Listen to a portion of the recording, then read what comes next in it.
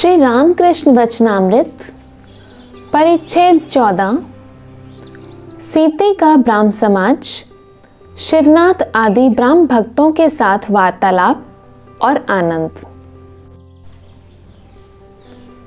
मनुष्य प्रकृति तथा 3 गुण, भक्ति का सत्व, रज, तम। श्री रामकृष्ण, जैसे संसारियों में सत्व, रज और तम ये तीनों गुण हैं, भक्ति में भी सत्व, रज और तम 3 गुण हैं। संसारियों का सत्व गुण कैसा होता है जानते हो? घर यहाँ टूटा है, वहाँ टूटा है, मरम्मत नहीं कराते। पूजा गृह के बरामदे में कबूतरों की विष्ठा पड़ी है, आंगन में काई जम गई है, होश तक नहीं। असबाब सब पुराने हो गए हैं, ठीक ठाक करने की कोशिश नहीं करते। कपड़ा जो मिला वही सही, दिखने में सीधे सादे, शांत, दयालु, मिलनसार, कभी किसी का बुरा नहीं चाहते। और फिर संसारियों के रजोगुण के भी लक्षण हैं। जेब घड़ी, चेन, उंगलियों में 2-3 अंगूठियां, मकान की चीजें बड़ी साफ, दीवार पर क्वीन रानी की तस्वीर, राजपुत्र की तस्वीर, किसी बड़े आदमी की तस्वीर। मकान चूने से पुता हुआ, कहीं एक दाग तक नहीं। तरह तरह की अच्छी पोशाक, नौकरों की भी वर्दियां, आदि आदि। संसारियों के तमोगुण के लक्षण हैं निद्रा, काम, क्रोध, अहंकार, यही सब। और भक्ति का भी सत्व है। जिस भक्त में सत्व गुण है वह एकांत में ध्यान करता है। कभी तो वह मसहरी के भीतर ध्यान करता है। लोग समझते हैं कि आप सो रहे हैं, शायद रात को आंख नहीं लगी इसलिए आज उठने में देर हो रही है। इधर शरीर का ख्याल बस भूख मिटाने तक, साग पात पाने ही से चल गया। ना भोजन में भरमार, ना पोशाक में टीम टाम, और ना घर में चीज़ों का जमघट। और फिर सतोगुणी भक्त कभी खुशामद करके धन नहीं कमाता।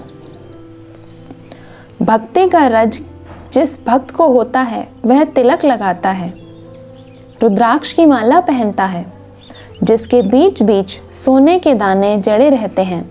सब हंसते हैं। जब पूजा करता है तब पीतांबर पहन लेता है।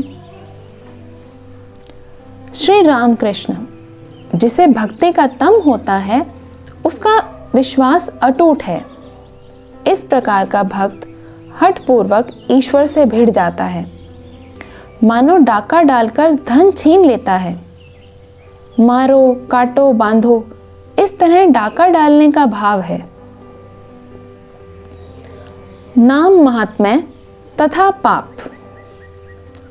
श्री रामकृष्ण ऊर्ध्व दृष्टि हैं, प्रेम रस से भरे मधुर कंठ से गा रहे हैं। भाव यह है, काली काली जपते हुए यदि मेरे शरीर का अंत हो गया तो गया। गंगा, काशी, कांची, प्रभास आदि की परवाह कौन करता है? हे काली, तुम्हारा भक्त पूजा संध्यादि नहीं चाहता। संध्या खुद उसकी खोज में फिरती है पर पता नहीं लगा सकती। दया, व्रत, दान आदि पर उसका मन नहीं जाता। मदन के याग यज्ञ ब्रह्ममयी के रक्तिम चरणों में होते हैं। काली के नाम का गुण जिसे देवाधिदेव महादेव 5 मुख से गाते हैं कौन जान सकता है? श्री रामकृष्ण भावोन्मत्त हो मानो अग्नि मंत्र से दीक्षित होकर गाने लगे। गीत का आशय यह है, यदि मैं दुर्गा दुर्गा जपता हुआ मरूं तो अंत में इस दीन को हे शंकरी देखूंगा, तुम कैसे नहीं तारती हो। श्री रामकृष्ण, क्या मैंने उनका नाम लिया है? मुझे पाप, मैं उनकी संतान हूं। उनके ऐश्वर्य का अधिकारी हूं, इस प्रकार की जिद चाहिए। तमोगुण को ईश्वर की ओर फेर देने से ईश्वर लाभ होता है, उनसे हट करो। वे कोई दूसरे तो नहीं, अपने ही तो हैं। फिर देखो, यह तमोगुण दूसरों के हित पर लगाया जा सकता है। वैद्य 3 प्रकार के होते हैं, उत्तम, मध्यम और अधम। जो वैद्य नाड़ी देखकर दवा खा लेना कहकर चला जाता है, वह अधम वैद्य है। रोगी ने दवा खाई या नहीं, इसकी खबर वह नहीं लेता। जो वैद्य रोगी को दवा खाने के लिए तरह तरह से समझाता बुझाता है, मीठी बातों से कहता है, अजी दवा नहीं खाओगे तो अच्छे किस तरह होगे, भैया खा लो, अच्छा मैं खुद खरल करके खिलाता हूँ, वह मध्यम वैद्य है। और जो वैद्य रोगी को किसी तरह दवा ना खाते हुए देखकर छाती पर चढ़ बैठ जबरदस्ती दवा खिलाता है, वह उत्तम वैद्य है। यह वैद्यों का तमोगुण है। इस गुण से रोगी का उपकार होता है, अपकार नहीं। 3 प्रकार के आचार्य। वैद्यों के समान 3 प्रकार के आचार्य भी हैं। धर्मोपदेश देकर जो शिष्यों की फिर कोई खबर नहीं लेते, वे आचार्य अधम हैं। जो शिष्यों के हित के लिए बार बार उन्हें समझाते हैं, जिससे कि वे उपदेशों की धारणा कर सकें, बहुत विनय प्रार्थना करते हैं, प्यार करते हैं, वे मध्यम आचार्य हैं। और जब शिष्यों को किसी तरह उपदेश ना सुनते देख कोई आचार्य बलपूर्वक उन्हें राह पर लाते हैं, तो उन्हें उत्तम आचार्य समझना चाहिए।